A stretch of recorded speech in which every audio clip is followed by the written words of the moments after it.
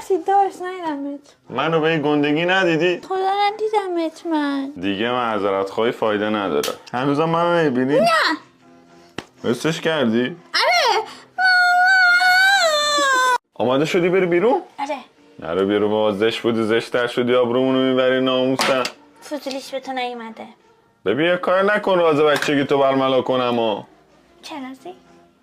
بچه بودی تو رد تو جوب پیدا کردی.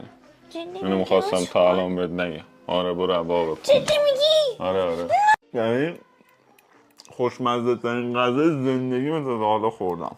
میشه جنن آشغال. خیلی خوبه. و کفش هم من نیست بزن. خیلی خوبه.